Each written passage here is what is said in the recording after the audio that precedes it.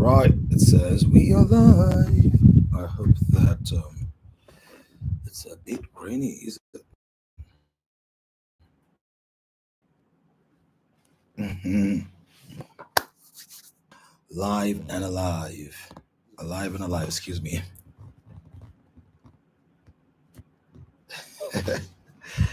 Alive and alive. So I'm just going to give a bit of time for people to join the live tonight. I'll give a bit of time. If you're watching, if you're just joining in, um, welcome, welcome, welcome, welcome, welcome. Happy New Year. Alive and alive, live and alive, live and alive and alive and alive.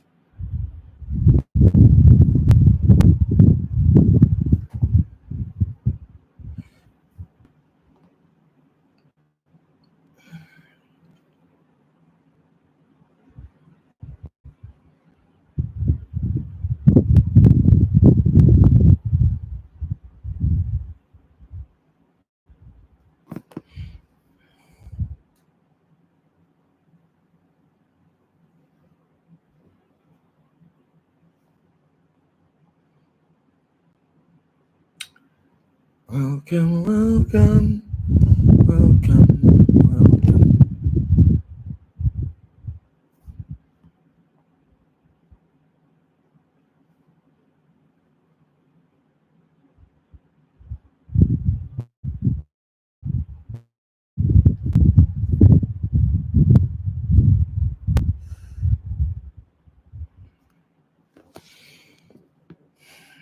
Okay, I hope the network is working. All right, if you can hear me, if you can see me, drop a comment in the comment box. Oh, it's nice and Fox.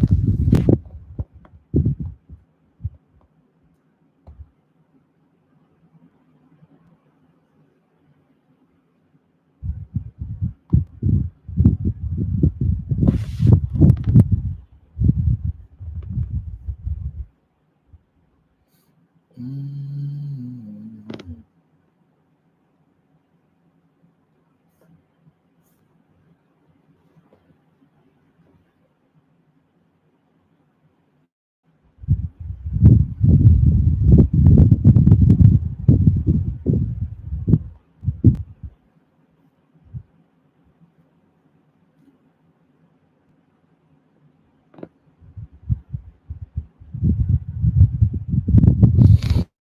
All right, if you can see me and if you can hear me, just drop a comment in the comment box. Let me know that you are available for this.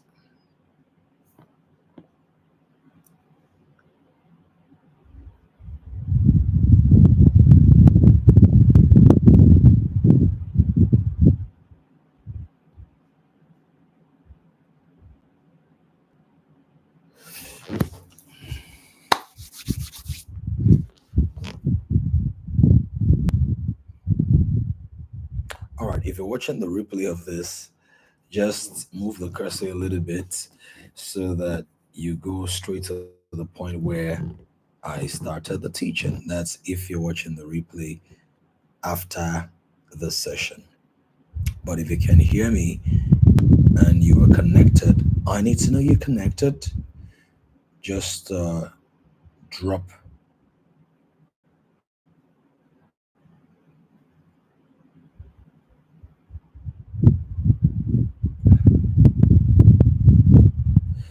a comment in the comment box.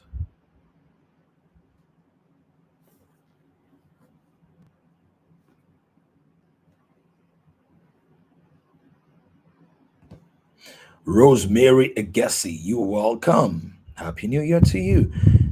I know the name Agassi. I know uh, Stella Agassi, and I know what's his name? Is it Ugo Agassi from Unilag days? So, are you connected to any one of them, or are you a different Agassi? Is it Egesi or Egesi or Egesi?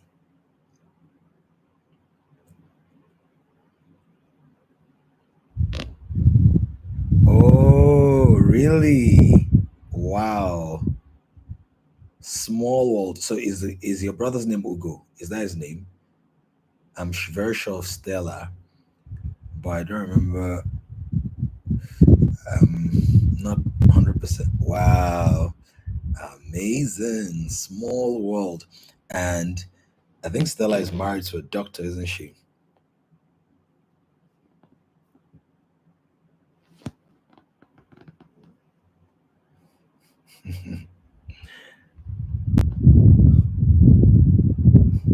Small world. It's a small world. It's a small. It's a small. It's a small. It's a small. So were you in Unilag as well, or you were not in Unilag?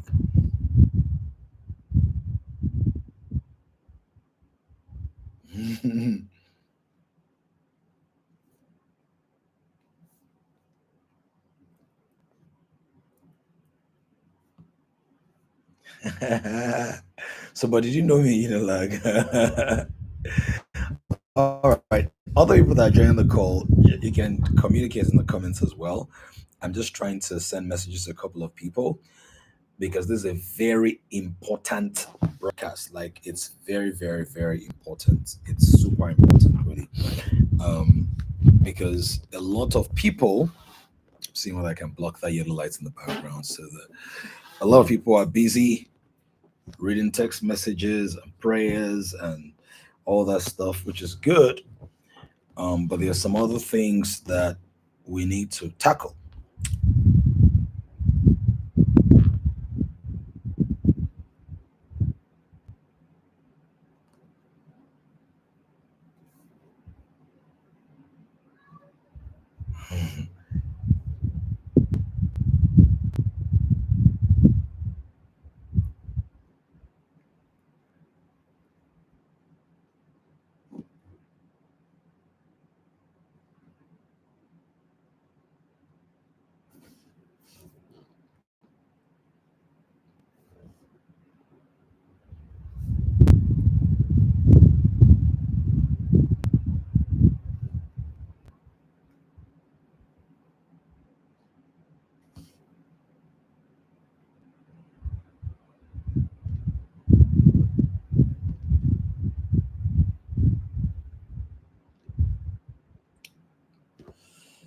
Happy New Year, Bayo Odeto Kun. Why does that name sound very familiar?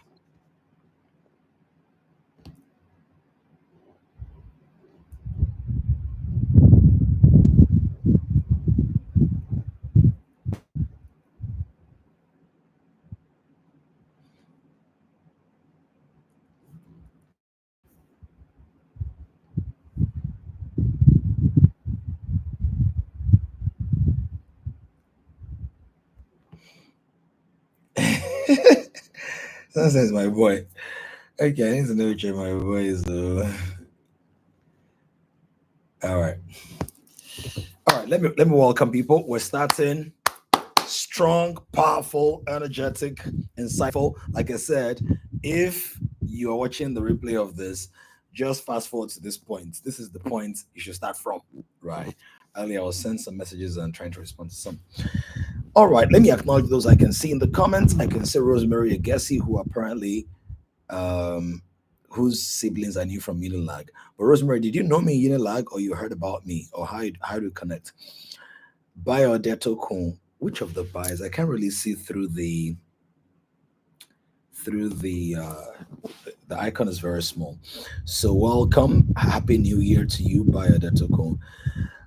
Arch, Pastor Uche Agbara, is good to see you. Welcome, welcome, welcome everybody.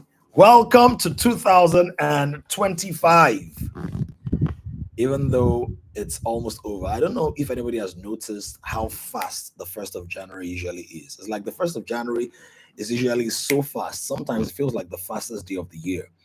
I think the first day of the year and the last day of the year sometimes are like the fastest days of the year. It just, before you know it, happening. Boom. Next thing, messages are flooding your DM, your WhatsApp groups, and all of that. And at the end of the day, the day is over.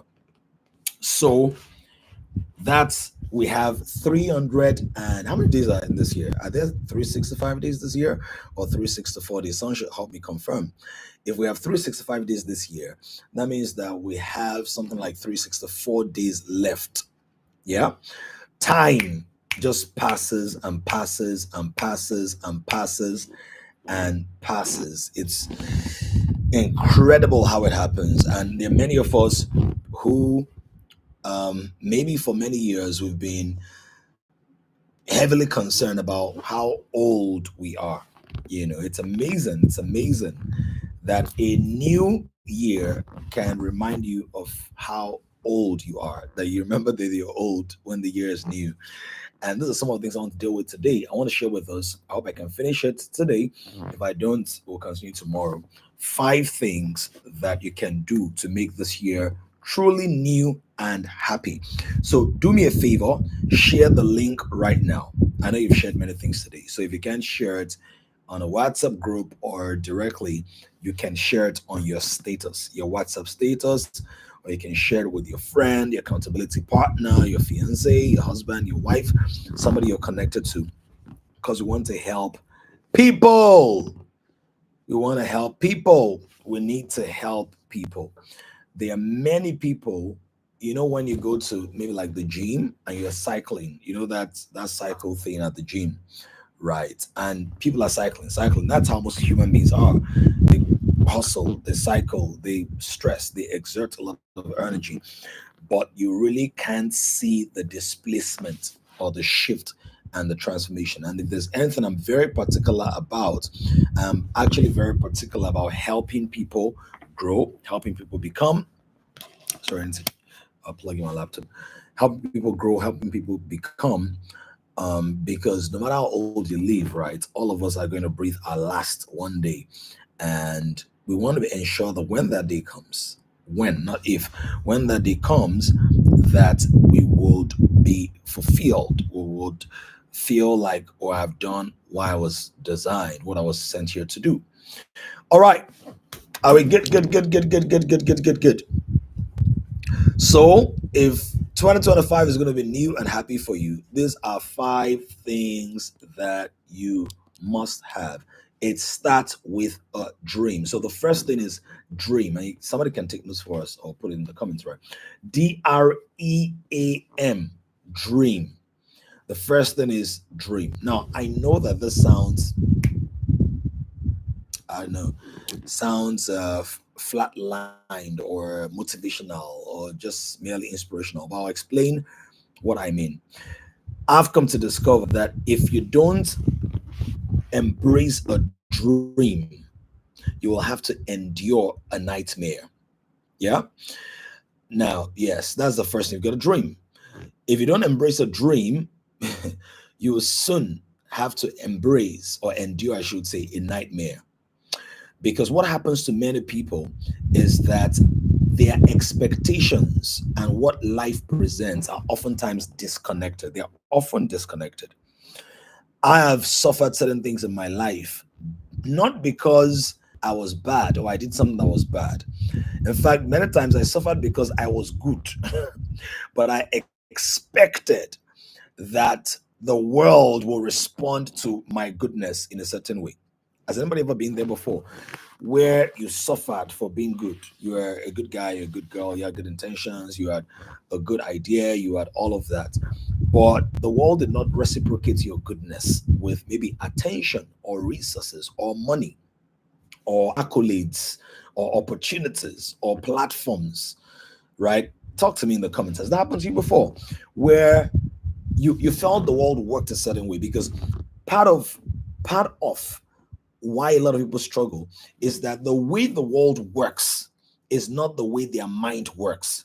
Like the way your mind works is not the way the world works. And so you're shocked and stunned, and maybe sometimes disappointed and frustrated because there's a disconnect between what you're doing, how you're doing it, and the results you are getting. Now, one of the ways in which the world works is that the world is wired in such a way that nothing just happens.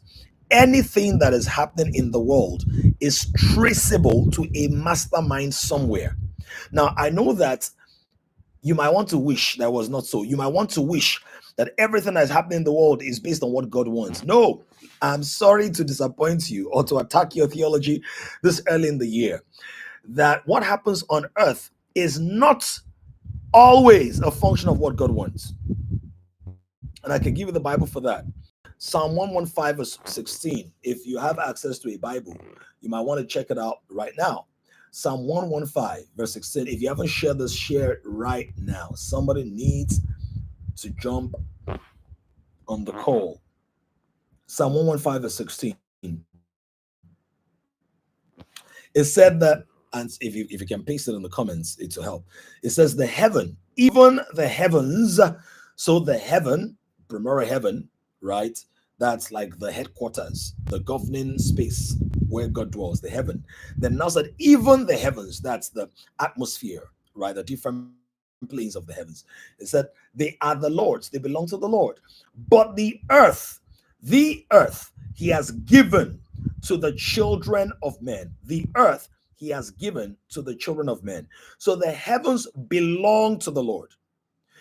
It's amazing. Now, how will I explain the way that everybody will get it? Now, think about this. Most people who focus only on heavenly things to the exclusion of earthly things often have to be subjected to the wishes, desires, and activities and goals of those who focus on earthly things, even at the exclusion or to the exclusion of heavenly things. What I mean is this: a lot of spiritual people suffer within the context of the earth. And when I say they suffer, I'm not talking about persecution. I'm talking about suffering as in lack of resources, lack of opportunities, lack. The most religious countries turn out to also have very high levels of poverty. India and Nigeria are examples. India and many countries in Africa, right? Some countries in Asia as well, like is India. Now, there are a lot of billionaires in India, but there are a lot of very poor people in India as well. And they're working very hard on their industrialization. They're working very hard on technology.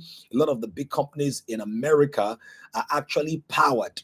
The infrastructure, the backbone, the operating systems, or value creation systems are engineered by Indians. So they've done a lot of work in equipping their people, investing in STEM, right? There's science, technology, engineering, mathematics. But there's a lot of religion in India as well. Idolatry in India. They worship, cows, worship elephants, worship this one. Now, when you come to Africa, people claim to worship God. And I say claim because the fact that people are always singing and dancing does not mean they're worshiping God, right? They claim to worship God. But here is what you will notice: that a lot of highly religious countries, guess what? They are also heavy with poverty, heavily laden with poverty. Why? It is because of Psalm 115 verse 16. Heavenly things, spiritual things, they belong to God. Doesn't mean man should not spiritually, should be. But it's saying the primary base of man's operation is the earth. So what happens in the heavens belong to God. Let me give you an example. God rules the heavens. God is king over the invisible space. And when you think about the heavens, don't just think about a far-flung space somewhere. Think about the invisible realm from where God exercises his authority, where his dominant influence is seen and manifested. Are we following? Let me know if this resonates. Right? Once there was rebellion in heaven, what happened when there was rebellion in heaven? When the devil said, I will now ascend to the heavenlies, I will sit on the sides of the north. What happened? God cast him out. God cast him out. Are you following what I'm saying?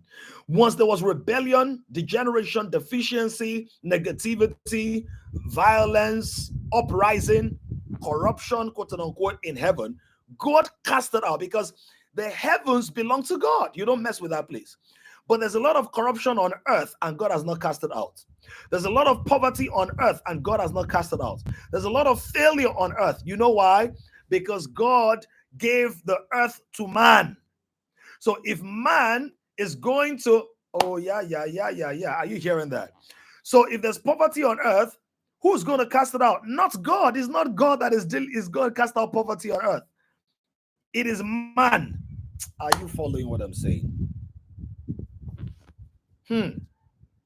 If God is going to do it, it will have to be at the invitation of a man.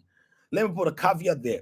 There are certain things that are sovereign, and there are certain times where God steps in, right, to do something the man is not doing. But that's not the MO. That's not the MO. It's like this. You drop your children off at school. You don't go to their classroom for them. Even though you pay the school fees, you don't go to the classroom. So God powers the entire universe, but he doesn't meddle or intermeddle with everything the man is doing. He can intervene. So if somebody is bullying your child, if somebody is manipulating your daughter, if somebody is trying to exploit you or your family name in school, you can go there. You have a PTA meeting or a parent association meeting. You can go there. But on a good day, you don't go to sit with your child every day. Because you are, and your what's the word now? You believe that whatever home training you have given your child, he will execute it properly in school. Are we getting what I'm saying?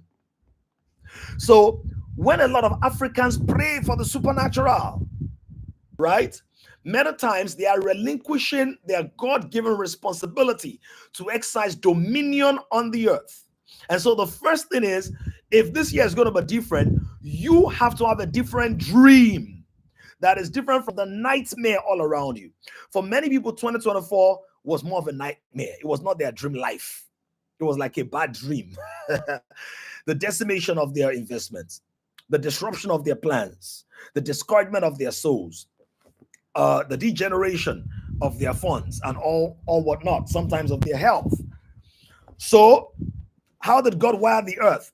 God's dream for the earth is that man will rule the earth the way he rules the heavens.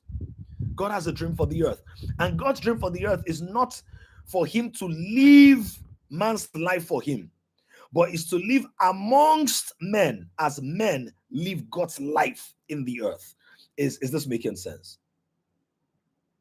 God said, let us make man in our image and after our likeness and let them have dominion. So the first thing is dream. God had a dream for the earth. What's your dream according to God's desire, God's design? What's your dream? Right? The reason I'm saying dream is this. Sometimes we're quick to write goals. And some of those goals are sponsored from jealousy, competition, peer pressure, societal expectations, time. Some of our goals are not coming from a deep spiritual place. They're coming from a deep personal space. They're coming from a place of, I don't want to carry last. So the reason I'm saying dream first is when you were a child, there were certain dreams you had. Look at children, we see them play. There's a way they play. There's a way they play with colors, with pictures, with imagery. Some children play with sounds. That's why if you want to know what God wired your children to do, look at them, study them from the age of, from when they were born, in fact, maybe sometimes before they're born, and study them till about 5. By 5, latest by 7, you should know the domain in which that child was designed to rule, to be a king. Because you are born with the knowledge of what to do. But as you grow up, life confuses you. Humans confuse you. And there are many of us who have forgotten all about our dreams. We've forgotten all about the possibilities beyond what people consider logical, beyond what people consider normal and usual. Come on, somebody talk to me. What's your dream? Tell me in the comments. If it was left to you, what is that one thing that you would do in 2025? If it was left to you, what's that one thing? Like, this thing is a big dream for me. What's that one thing? It could be more than one thing, but what's a major thing? A dream, or maybe not the only thing. What would you want to see? dream. Share this link. Share this link. I see some more people joining us. Welcome. Those who are just joining. I'm sharing with us 5 Ds. 5 Ds that will make this year truly new and happy. Because people say, Happy New Year, Happy New Year, Happy New Year. Is that a wish? Is that a prayer? Is that a command? Is that an expectation? It depends on how you engage it. Is it a greeting?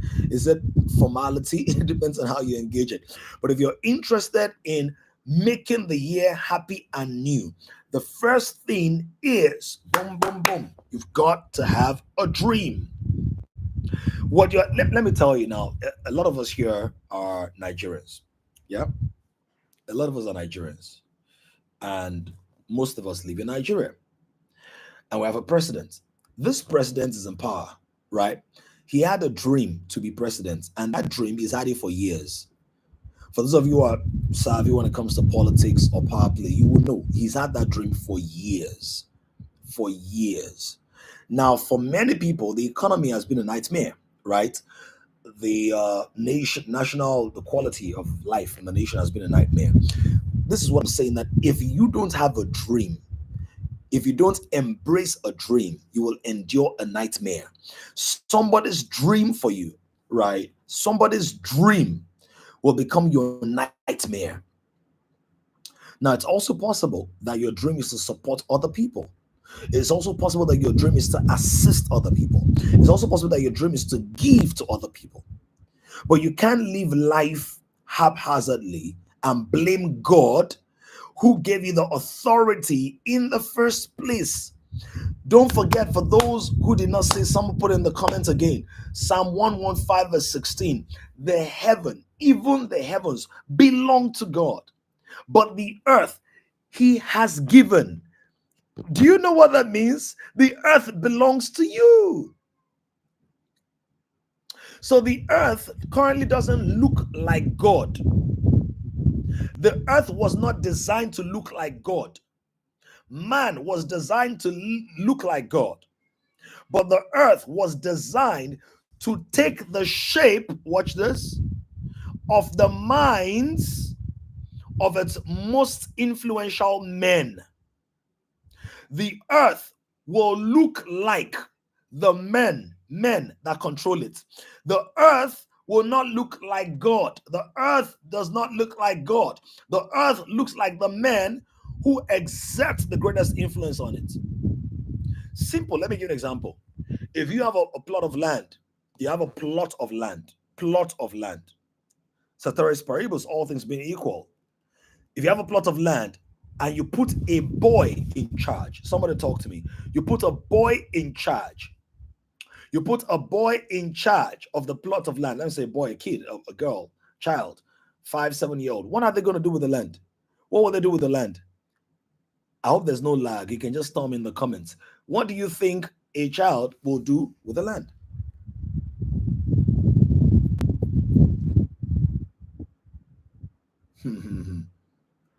Tell me. Thank you. Play football on it. Give me more.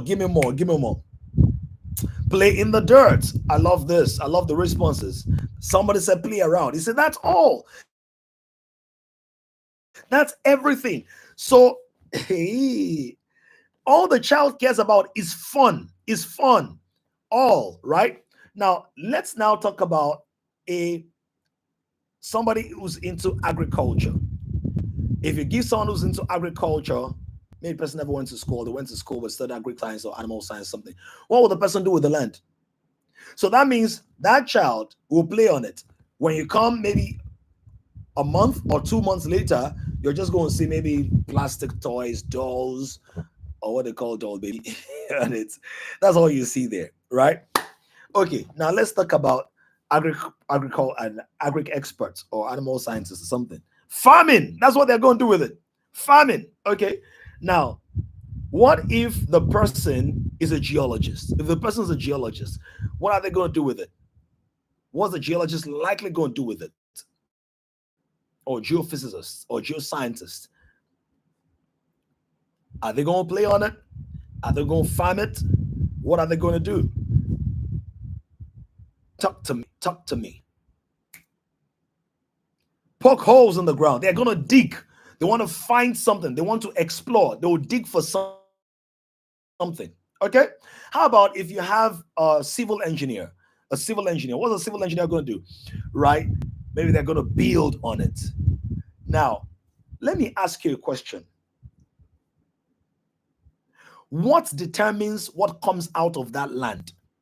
Is it God who created it, or is it the person you put in charge of it? Tell me.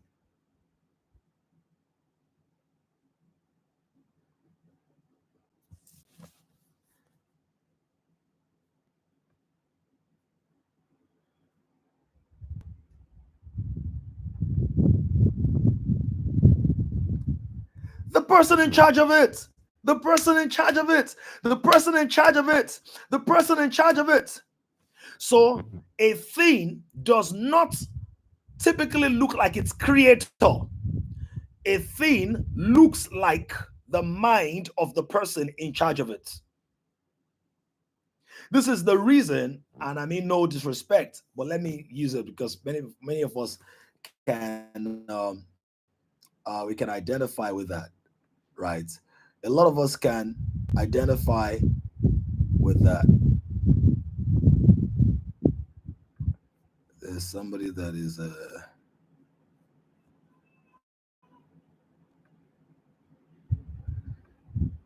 trying to be funny.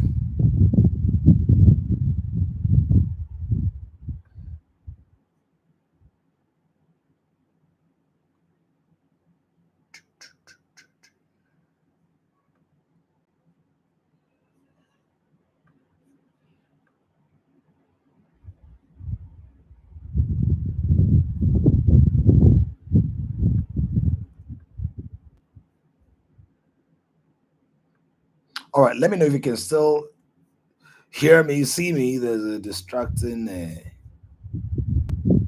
entity.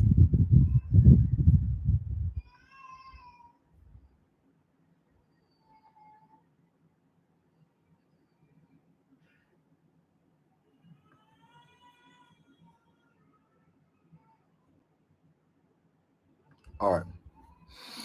Okay.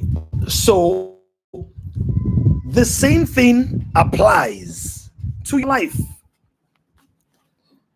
One moment. The same thing applies to your life.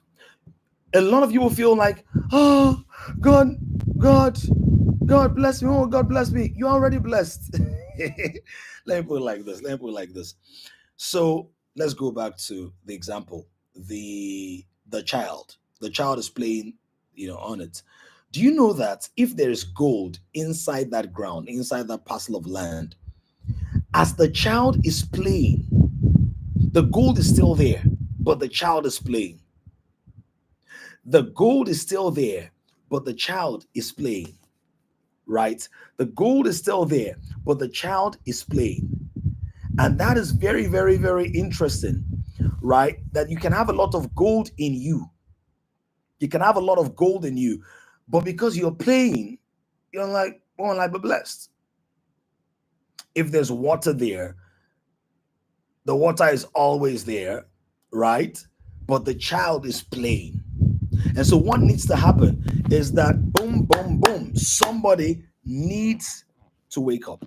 And the funny thing about waking up is that one of the signs that you've actually woken up in real life is that you are now living out of divinely inspired dreams and not out of boom, boom, boom, the nightmare around you.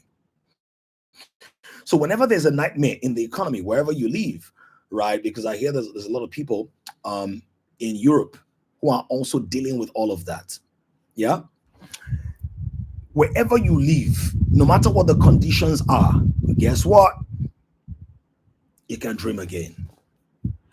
I rebuke there's somebody that is the devil is trying to use inside this place. Ask me third account, because that's like the third account the person is using. I rebuke you in the name of Jesus.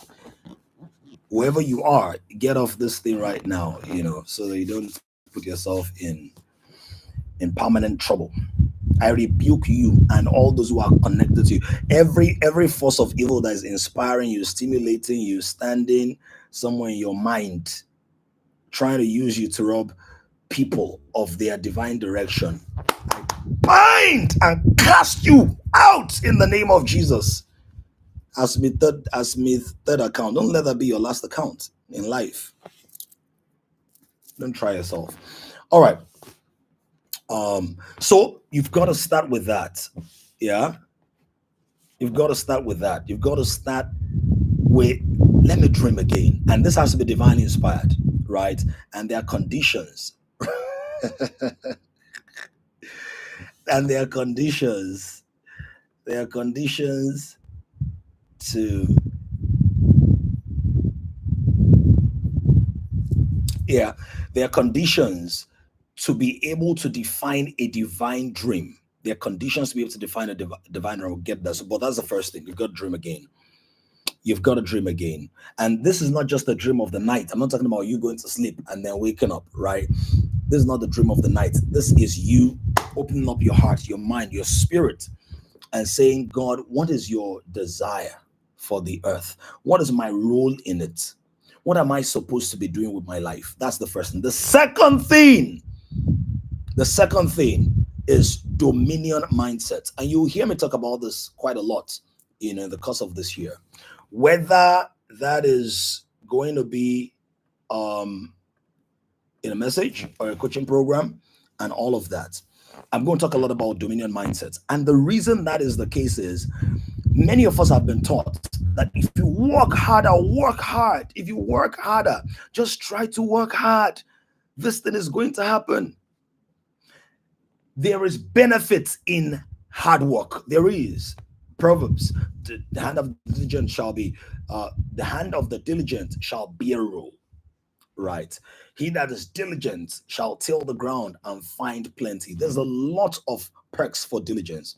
But the truth of the matter is this: a lot of Nigerians, I don't know whether it's most, but a lot of Nigerians are very hardworking. A lot of Nigerians, they are very hardworking. A lot of Nigerians put in the work, they put in the energy and all, but there's not much to show for it. There's not much to show for it. And I started thinking about, I said, okay, why is it that you live in some other countries, and when you live in those other countries with the same effort, like literally the same effort, you do that, and in those other countries, the results are extreme. The results are different. The results are special. Why?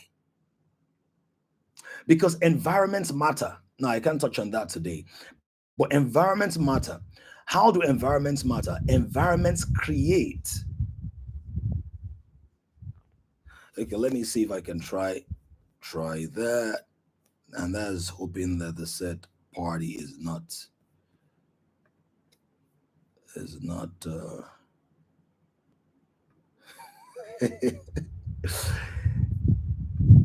let me try the settings.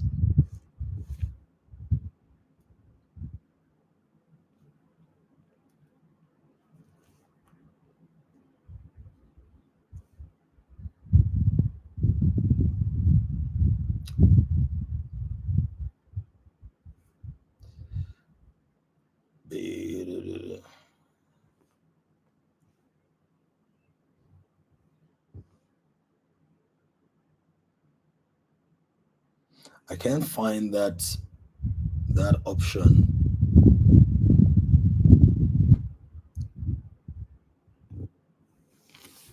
Let me see whether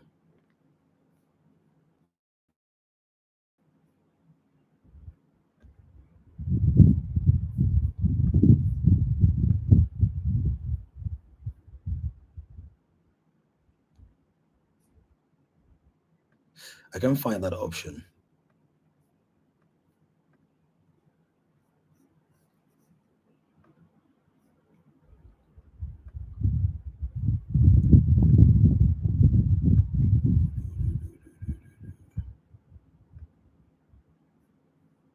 Sorry for the delay and the distraction. or distractions, as the case may be.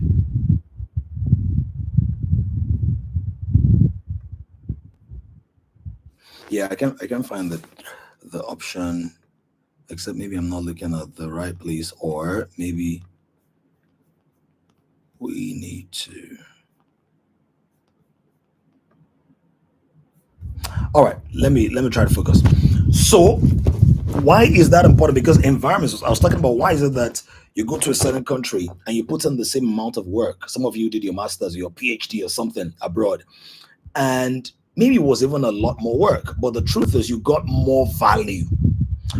One of the reasons is this: environments determine expectations, and expectations affect results, right? Expectations affect results. Now, that's the truth of the matter. A lot of people don't have the expectation to dominate, they have the expectation to survive. That if I can just survive, if I can just survive, if I can just survive, you know. And so even though they are not saying it, they're not really looking to win or flourish. They're not really looking to do that. They just want to get by. And so they put in the energy to get by, they put in the desire to get by, they put in the bare minimum. You would have noticed that maybe it's in customer care, maybe it's in how they craft their products, maybe it's in the way they relate with people, maybe it's in the way they seize opportunities. A lot of people across Africa, from my experience and observation, they are in survival mode, not dominion mode. So they've not even thought about dominion. They've thought about getting by. And so what happens is there's a lot of dependency. People depend on others. So when we speak about blessing or increase or prosperity, guess what happens to a lot of people? What happens is in their minds, they begin to immediately think of the person God is going to use, right? That's what they begin to think about. If God is going to bless me, 2025 is going to be a fantastic year, or as some people like to say, 2025 was a great year, right? What then happens is in their minds, they're just thinking, oh, God is going to use uncle that, God is going to use auntie this, God is going to use brother that, right? That's exactly what they're thinking about. And that's not a dominion mindset, that's a dependency mindset. That's a dependency mindset. So ask yourself, do I have a dominion mindset? What's a dominion mindset? I'm taking charge, I'm taking responsibility, I'm going to ensure that I play full out. I'm not going to be overcome by issues. I will overcome issues. I will step up to the plate. Is somebody still here? Is somebody still here apart from the detractors and distractions in the comments? Let me know if the real human beings I'm talking to are still here. Let me know. Okay, beautiful. So I need your comments so I can know that I'm speaking to real human beings. So dominion mindset, and it's a mindset. It can be cultivated, it can be built, it can be developed, it can be worked on. Now, one of the good things about dominion mindset is that even if you were not born into it or you were not born with it, even if you were not born into it or you were not born with it, you can develop it. You can develop the right mindset. You can develop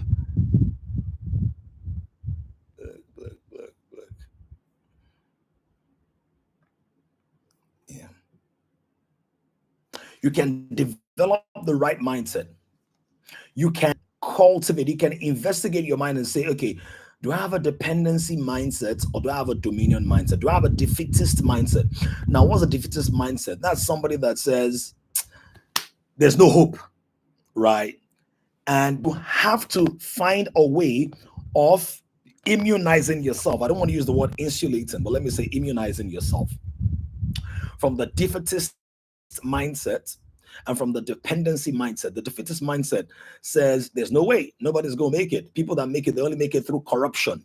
The way to make it is to steal, or the way to make it is to manipulate other people, or the way to make it is to rob others or assault others.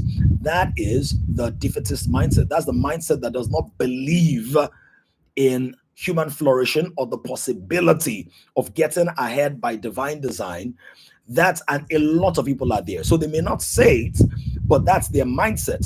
When they see somebody prospering, so sometimes if they'll say a young girl maybe somebody in our 20s that's doing very well, just bought a new car, just bought land, just bought a house or whatever, right? They say, only God knows what she's doing. It must be a man. Or maybe she's sleeping with senators, sleeping with, politicians and stuff like that. Many times, when people say those things without proof, without concrete evidence, you know what's going on? The defeatist mindset is playing out in their psychology, because in their paradigm, in their world, it is not possible to be that accomplished. Oh, am I talking to somebody? You see the defeatist mindset play out when a lot of people that speak against pastors online, and of course, pastors are not perfect, and there are many pastors that also misrepresent the calling, the assignment. Yeah, but there are people who say things like, "This man, the only reason he has that car is because he's stealing people's tithes and offerings." Many times, that's a defeatist mindset. Now, if you have proof, that's a different thing. Maybe you are a journalist, an investigative journalist. Maybe you are a blogger and all of that. If you have proof, right? But for many people, slow mode. Okay, so where do you do that?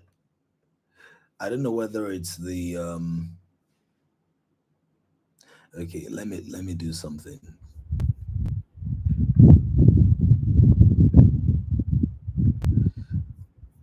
Doo-doo-doo-doo-doo.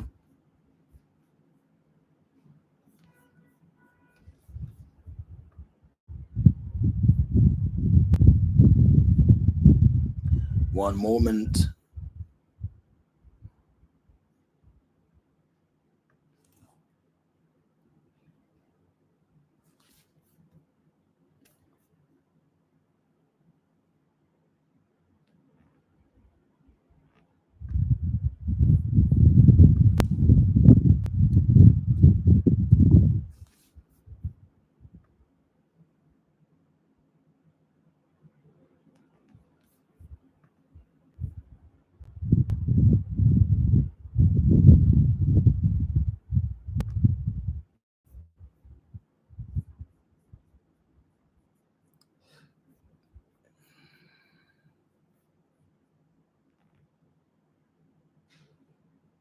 I don't see those options. Oh, maybe I'm not looking at the right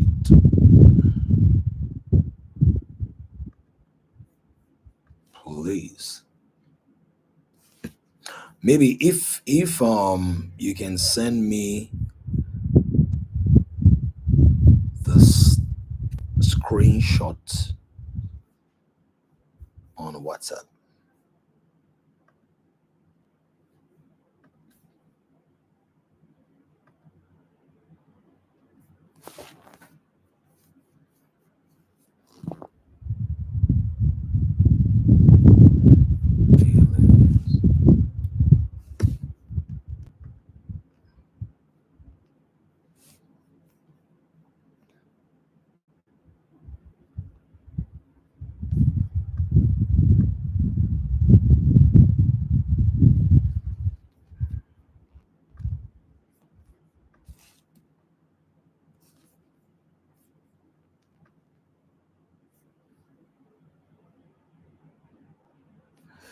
Yeah, yeah. So when you say customization, where exactly?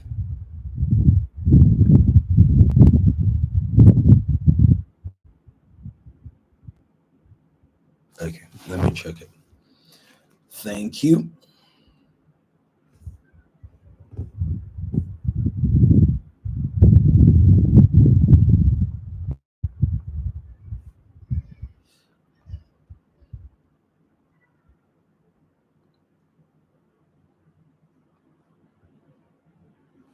Oh, I see. Okay. Okay.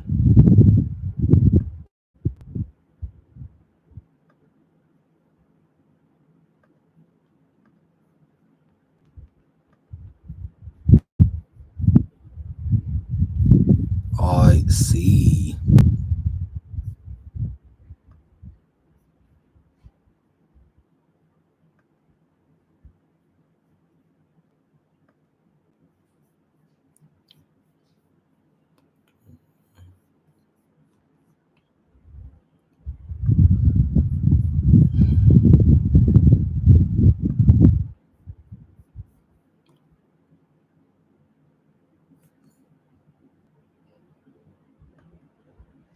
All right, let me see if the slow mode is done.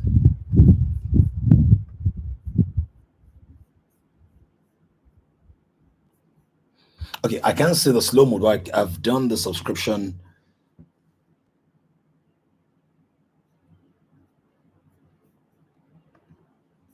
Let me even increase the.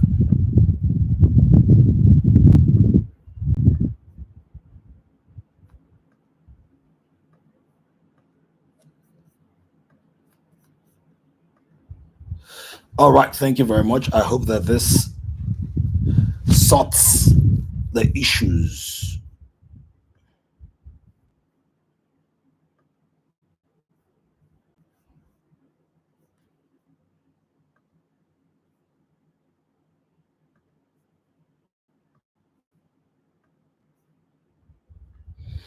All right, thank you very much. So,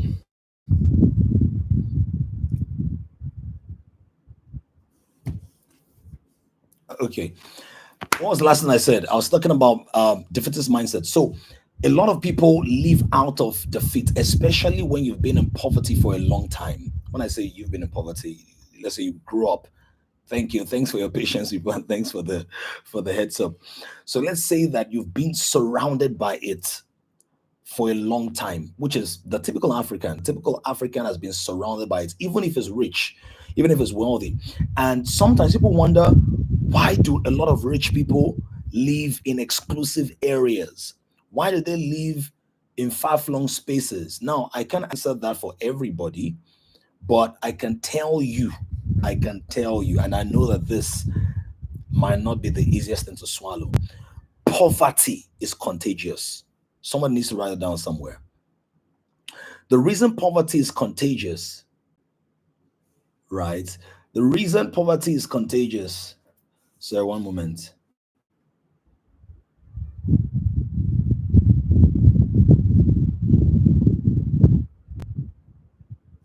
The reason poverty is contagious is not because of poverty, right? And I'll explain that. Much of poverty is man made. Much of poverty is based on systems that have been created. Much of poverty or lack is artificial. Like there's enough in the world to go around. But policies, political influences, kingdom advancements, and when I say kingdom, I don't mean heavenly kingdom, human kingdoms. And sometimes the ignorance of people, education, miseducation, misinformation, all those things. So, what about it is contagious? What about poverty is contagious? It's the thinking systems of poor people that are easily perpetuated. So, for example, a lot of poor people don't live out of their mystery, they live out of their history. What does that mean? They live based on experience, not based on expectation. So if you tell a poor person, let me give you an example. Let me give you an example, and maybe I'll teach this for those who are a part of Dream Academy next week. Yeah, I'll teach it a lot more.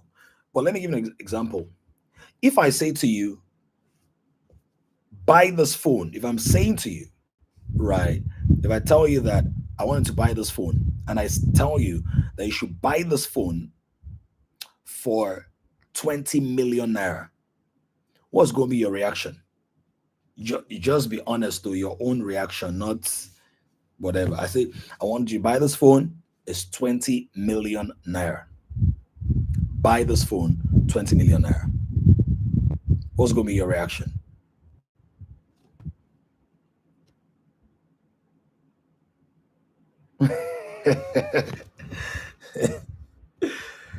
Oh, is the comments for me? Makawai.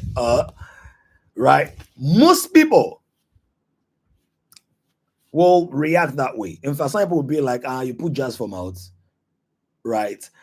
Now, if you go lower, when it's a lower economic ladder, to people maybe who don't even have a phone or never bought a phone before, they might start cursing, they might start fighting, they might start saying all kinds of things. But the way a wealthy person thinks is the person wants to find out, what is it about the phone that will give you, as in give me, the conviction and the confidence of asking for 20 million naira for it. They know that if you go to the market, you buy for 1.2 million, 1.5 million. It's not even a new phone, right? So let's say 1.5 million or something, or 1.2 million. They know. But the rich man is not living out of experience. It doesn't conclude based on experiences. A poor person is going to conclude, what is there? Is it not a phone? Is it not a phone? Is it not a phone? The rich person knows that he became rich by exploration. Exploration, right? By being inquisitive, by asking questions, by excavating what others couldn't see, by looking through the eyes of an entrepreneur or a value creator. And so in his mind is wondering, maybe the quality of contact on the phone make it that valuable. In his mind is wondering, maybe the phone actually has the password to a vault or something. Maybe the owner of the phone is a high profile person, and that this phone is going to become vintage property in 5 years or 10 years. Like, you're going to put it in an artifact that people have to pay money to, whatever. Are you following what I'm saying? That is very important. Defeatist mindset. Now, if people escape the defeatist mindset, most of them, and I think about 70% of Africans, let me see, maybe 30% of Africans are defeatist, right? Maybe 60% of Africans are dependent. This is a guesstimate. Dependent. A dependency mindset. What's a dependent mindset? Dependency mindset is a mindset that knows that there is hope. There's a way out, or maybe not for me. It doesn't say it like that, but that's the way he thinks. Because the dependency mindset, what he does is that he knows that God can bless him, but through somebody. Oh, are you here, somebody? Are we getting it? That's the thinking system. It's not a creative or productive mindset. It's a deductive mindset. It's a mindset that sees increase as a second-hand benefit, not the first result of intentionally applied effort through a series of strategic actions, systems, and structures. Are you hearing what I'm saying? I think if you're really getting it, somebody should be shouting right now or dropping some fire emojis or something like that. And if you are there, you've got to be honest with yourself. I've been there before. I've been there before. It's not really an active thought. It's not like you say, this is how I'm thinking. But if you join the dots, you will see that that's how you are thinking. If you're honest, for many people, that's how you're thinking. You know God can bless you, but through your daddy, through your pastor, through your uncle, through your dad, your aunt, your mom, through your rich uncle, through your boss, through your partner, your husband. You know that there's a way. You know people make it. But when you think about it, 60% of the time, you expect it to come through somebody else. So as an employee, you are praying for salary increase instead of investigating where the company is leaving money on the table, creating the solution for it, bringing in an extra 100 million, and then negotiating to get 10 million out of the 100 million you've brought. So you're expecting that your salary goes from 200 to 500K, which is 300,000 naira, right? 300,000 naira per month times 12, that's 3.6 million. Whereas a Dominion mindset can give you 10 million instead of 3.6 million.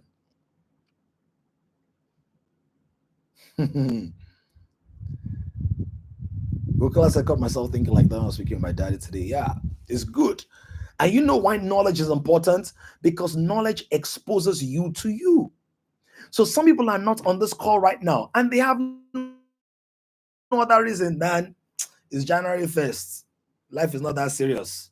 I'll watch it later, thinking I will leave it there. I might remove it. I'm most likely going to take it off. Right? I'm most likely going to take this live stream off. Yeah. I'll do a lot of lives this year, but some of them will be for public consumption. They're going to be for people that show up live. That's why it's called what? Live. Because people are giving up stuff to be here. So, but the next major thing, I could give some other D's there, but those are the three major ones. Defeatist mindset, a dependent mindset, and a dominion mindset. In my mind, it's possibly 5% of Africans, possibly, maybe 10 if I stretch it, that have a dominion mindset, a dominion mentality. And when I said dominion mentality, not domination. So maybe I'll say 5% have dominion, then another 5 have domination. What's domination?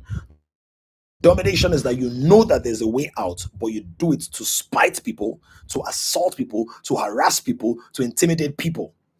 That's domination, right? Over people. You should dominate over circumstances, but not dominate people. Yeah? You are not designed to dominate people. You're supposed to exercise dominion for the sake of other people.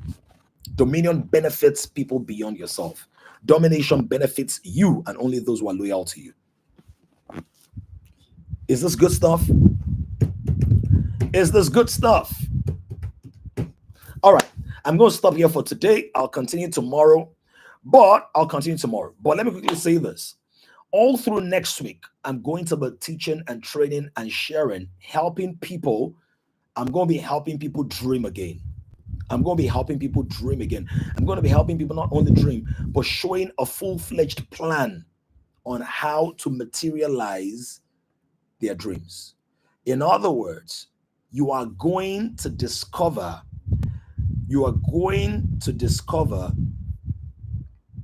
the steps you need to take, right, to move from dreaming to dominion. You're going to see that. You're going to see how you move. There's 6 core pillars, right? There's a foundational pillar called clarity, and then there's 6 core pillars. And in the 6 core pillars, I'll tell you what. In the 6 core pillars, guess what? The first thing there is your core. Who are you? This person that wants to dream, this person that wants to do great stuff. Who are you? This is where most people get defeated. They don't know who they are. So they appear as an apology instead of an asset. They appear as beggars instead of a builder. They appear as slaves instead of being a son. Yeah? I'm going to be showing you who are you, your uniqueness. Why owe you? And I will say, why owe you? Why do you owe yourself? I will show you your uniqueness. That is very important. Your uniqueness, you will see that. Why owe you? The second day, we're going to look at culture. So once you've discovered yourself, how should you live?